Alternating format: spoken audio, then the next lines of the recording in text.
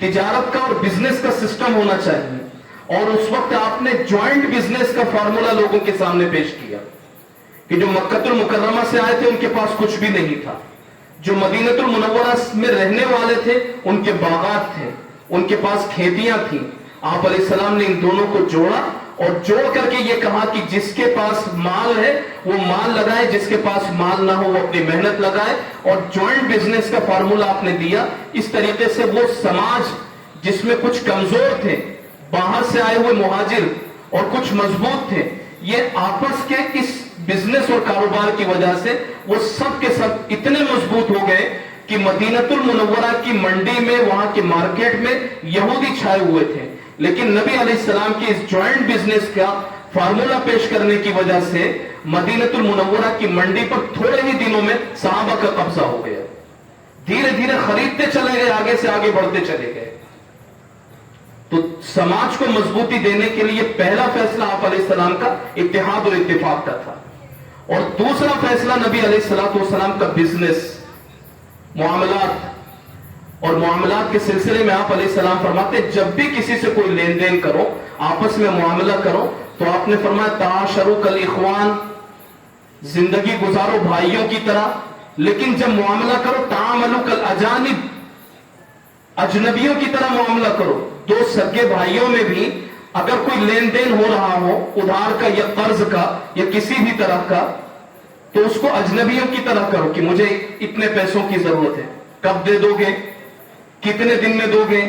اگر نہیں دو گے تو وہ پوری چیز لکھت میں لی جائے. یا ایھا الذین آمنوا اذا تداینتم بدین الی اجل مسمى فاکتبوہ. اس کا یہ مطلب نہیں کہ ایک بھائی کو دوسرے بھائی پر بھروسہ نہیں ہے. جو بھی کسی سے لین دین کریں تو لین دین اجنبیوں کی طرح کرنا چاہیے, اور زندگی آپس میں گزارے تو بھائیوں کی طرح زندگی گزارنی چاہیے. نبی علیہ السلام کی یہ حدیث ہے. اور اگر کوئی بزنس ہی کرنا چاہتا ہے سچی نیت کے ساتھ, ایمانداری اور دیانتداری کے ساتھ میں, اس کا پورا فوکس حلال بزنس پر ہے, اچھی آمدنی پر ہے, اور وہ اپنے آپ کو پورا لگا رہا ہے, کھپا رہا ہے, بھاگ دوڑ کر رہا ہے, مارکیٹ میں اپنے آپ کو لگاتا ہے, نماز کی پابندی کرتا ہے, اور پوری امانت داری دیانتداری کے ساتھ میں اگر کوئی بزنس کر رہا ہے, تو نبی علیہ السلام نے فرمایا التاجر الصدوق الامین مع النبیین والصدیقین والشہداء والصالحین, کہ جو ایسا بزنس مین ہو, الصدوق سچائی اختیار کرتا ہو, الامین امانت داری کے ساتھ میں کام لیتا ہو, تو اللہ کی نگاہ میں وہ بزنس مین, اللہ کی نگاہ میں وہ بزنس مین جو مارکیٹ میں بیٹھا ہوا ہے, بازار میں بیٹھا ہوا ہے, لیکن اللہ کی نگاہ میں وہ اتنا بلند ہوتا ہے کہ اللہ اس کو نبیوں اور صدیقین اور شہیدوں کے ساتھ میں اٹھائیں گے. تو سماج کی مضبوطی اور مسلم قوم کو مضبوطی دینے کے لیے نبی علیہ السلام کا جو دوسرا فیصلہ تھا, وہ دوسرا فیصلہ تھا آپس میں آپ نے تجارت کو اور کاروبار کو بڑھاوا دیا. اتحاد اور اتفاق پہلا فیصلہ, دوسرا فیصلہ آپ کا تجارت اور کاروبار اور بیوپار, اور تیسرا فیصلہ آپ علیہ السلام کا تھا تعلیم. تعلیم خوب دلوائی جائے. ابھی جیسا کہ میں نے شروع میں بھی عرض کیا, نبی علیہ السلام نے قرآن خود پڑھایا, اپنی حدیث صحابہ کو خود بتلائی, اور اس زمانے جیسے آج کے دور میں آدھونک شکشا میں کمپیوٹر کی ضرورت ہے, انگلش کی ضرورت ہے, وگیان کی ضرورت ہے, بھگول کی ضرورت ہے, فلسفی کی ضرورت ہے, ان تمام چیزوں کی جیسے ضرورت پیش آتی ہے, اس زمانے میں ضرورت پیش آتی تھی. میڈیکل کی آج بھی ضرورت ہے, اس زمانے میں بھی بہت ضرورت پیش آتی تھی. اس زمانے میں اور سریانی زبان کی, عبرانی زبان کی, ان زبانوں کی ضرورتیں پیش آتی تھیں. انگلش زبان کا چلن نہیں تھا, تو نبی علیہ السلام نے صحابہ کو خود شوق دلایا کہ یہ زبانیں بھی سیکھو, یہ دوسرا فن بھی سیکھو, یہ دوسری تعلیم بھی سیکھو. تو تعلیم یہ تیسرا فیصلہ تھا نبی علیہ السلام کا سماج کو مضبوطی دلانے کے لیے. اور آپ علیہ السلام کی سیرت کو سامنے رکھتے ہوئے ہمیں ایک بات اور خاص طور سے سامنے رکھنی چاہیے, وہ یہ کہ جب کسی کا انتقال ہو جائے, انتقال کے بعد میں جو بھی مرنے والے کا مال ہوتا ہے وہ اس کا مالک نہیں رہ جاتا، اس کا مالک اس کے پورے وارثین ہوتے ہیں، جو بھی اس کے ورثہ ہوتے ہیں وہ اس کے مالک ہو جاتے ہیں۔ جب وہ سب کے سب اس کے وارث ہیں تو چاہے مرنے والے کے بیٹے ہوں یا مرنے والے کی بیٹیاں ہوں یا اس کی بیوی ہو، وہ سب کے سب اس کے وارث ہیں، اور سب کے حصے قرآن پاک نے بیان کیے ہیں۔ یوصیکم اللہ فی اولادکم للذکر مثل حظ الانثیین۔ یہ بہت سارے علماء حفاظ بیٹھے ہوئے ہیں، ان سے آپ پوچھیں کہ قرآن پاک کے اس صفحے پر جب پہنچتے ہیں تو کتنی محنت لگتی ہے، کتنی قربانیاں لگتی ہے اس صفحے کو یاد کرنے میں، کتنی سختیوں سے گزرنا پڑتا ہے۔ بہت محنت اور سختی اور جد و جہد کے بعد میں یہ صفحہ یاد ہو پاتا ہے، قرآن پاک کا یہ پیغام یاد ہو پاتا ہے۔ اور جتنی چیزیں ہیں شریعت میں،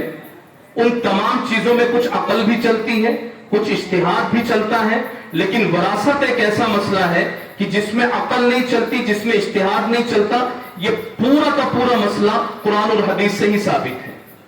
قیاس سے اور اجتہاد سے ثابت ہے۔ پورا کا پورا مسئلہ اللہ تبارک و تعالیٰ نے بیان کیا یا نبی علیہ السلام نے بیان کیا، کس کا کتنا حق ہے۔ ایک واقعہ اس پر میں آپ کو مختصر سے سناتا ہوں، بس 2-4-5 منٹ میں اپنی گفتگو ختم کروں گا۔ ایک بہت بڑے بزرگ ہیں جن کا نام ہے حمدون قصار، وہ اپنے ایک دوست کی عیادت کرنے کے لیے گئے، ان کا دوست بیمار تھا، عیادت کرنے کے لیے گئے، تو وہ عیادت کرنے کے لیے گئے تھے تو اس بیمار دوست کا اسی دوران انتقال بھی ہو گیا، پاس بیٹھے ہوئے تھے، انتقال ہو گیا۔ جیسے ہی اس کا انتقال ہوا تو وہ حمدون قصار جو بزرگ آئے ہوئے تھے عیادت کرنے کے لیے اپنے حبیب اور اپنے دوست کی، انہوں نے آس پاس بیٹھے ہوئے لوگوں سے یہ کہا کہ جلدی سے اس چراغ کو بجھا دو جو چراغ یہاں چل رہا ہے۔ اب کیا ہوگا؟ کچھ پیسے اپنے جیب سے کچھ درہم نکال کر کے اور اپنے خادم کو دیے کہ بازار سے تیل لے کر کے آؤ۔ وہ تیل لے کر کے آیا تو چراغ میں وہ تیل ڈالا گیا، اس کے بعد چراغ جلایا گیا، اور پھر انہوں نے بتلایا کہ یہ جو چراغ جل رہا تھا یہ چراغ اسی کے پیسوں سے جل رہا تھا جو شخص مر گیا ہے، اور جب مر گیا ہے تو اب یہ اس پیسوں کا مالک نہیں ہے، اس کے پیسوں کا اور اس کی ایک ایک چیز کا مالک، اس کے ایک ایک چیز کے مالک اس کے وارثین ہیں، جو وارثین ہیں، اور وارثوں کی ابھی تک اجازت ہوئی نہیں تھی، اس لیے ہم نے اس تیل کو جلایا نہیں۔ آپ سمجھ رہے ہوں گے اس سے کہ مرنے کسی بھی شخص کے انتقال کے بعد اس کی ملکیت ختم ہو جاتی ہے، اور وہ پورا کا پورا مال وہ وارثوں کو برابر سرابر تقسیم کرنا ہوتا ہے، جس کا جو حصہ ہے، بیٹوں کو بھی حصہ دیا جائے، بیٹیوں کو بھی حصہ دیا جائے، ماں موجود ہے اس کو بھی حصہ دیا جائے، جس کا بھی ہو۔ تو ہر گھر کی پوزیشن الگ ہوتی ہے، کس کا انتقال ہوا ہے، پورا اس کے پاس میں کتنی جائیداد ہے، بینک بیلنس کتنا ہے، زمین اس کے پاس میں کتنی ہے، پلاٹ کتنے ہیں، دکانیں کتنی ہیں، قرضہ کس کو کتنا دے رکھا ہے، کل اس کی ملکیت کی کتنی چیزیں ہوں گی اور کس مقدار میں ہوں گی، ان تمام چیزوں کو ایک طرف رکھ کر کے، اور دوسری طرف حصے دار کون کون ہیں اور کس کو کتنا حصہ ملے گا، بیٹے کو کتنا ملے گا، بیٹی کو کتنا ملے گا، ماں موجود ہے تو اس کو کتنا ملے گا، اس صورت میں بھائی کو ملے گا یا نہیں ملے گا، یا بیوی کا انتقال ہوا ہے تو شوہر کو کتنا ملے گا اس کے مال میں سے، وہ فقہاء اور مفتیان کرام ہمیں حل کر کے بتائیں گے اس مسئلے کو۔ لیکن یہ وراثت کا مسئلہ، اور اس میں ایک بات یاد رکھیے، خدا نخواستہ اگر ایسا ہو گیا کہ کسی کے مرنے کے بعد میں اس کا جو مال ہے وہ مال اس کے بیٹوں نے آپس میں ہی تقسیم کر لیا اور اپنی بہنوں کو حصہ نہیں دیا، تو یہ جتنا بھی کھائیں گے حرام کھائیں گے، یہ خود بھی حرام کھائیں گے، ان کی نسلیں بھی حرام کھائیں گی، اس لیے کہ اس میں شریعت نے بہنوں کا اور بیٹیوں کا حصہ رکھا تھا، اور اگر بہنوں اور بیٹیوں کو حصہ نہیں دیا گیا تو یہ حصہ نہ دینے کی وجہ سے جو کچھ بھی بھائیوں نے یا بیٹوں نے آپس میں تقسیم کیا ہے وہ حرام ہوا ہے، یہ خود بھی حرام کھائیں گے، نسلیں بھی آگے حرام کھائیں گی۔ اور جہیز اگر بچی کو دیا جاتا ہے، بہت سے علاقوں میں ماہرہ بچی کو دیا جاتا ہے، کچھ علاقوں میں تلک بچیوں کو دیا جاتا ہے، تو یہ تلک ہو یا ماہرہ ہو یا جہیز ہو یہ وراثت کا بدل نہیں بنے گا، میراث الگ چیز ہے، یہ ایک الگ چیز ہے، اس کے دینے کی شریعت نے کوئی ترغیب نہیں دلائی ہے کہ جہیز دیا جائے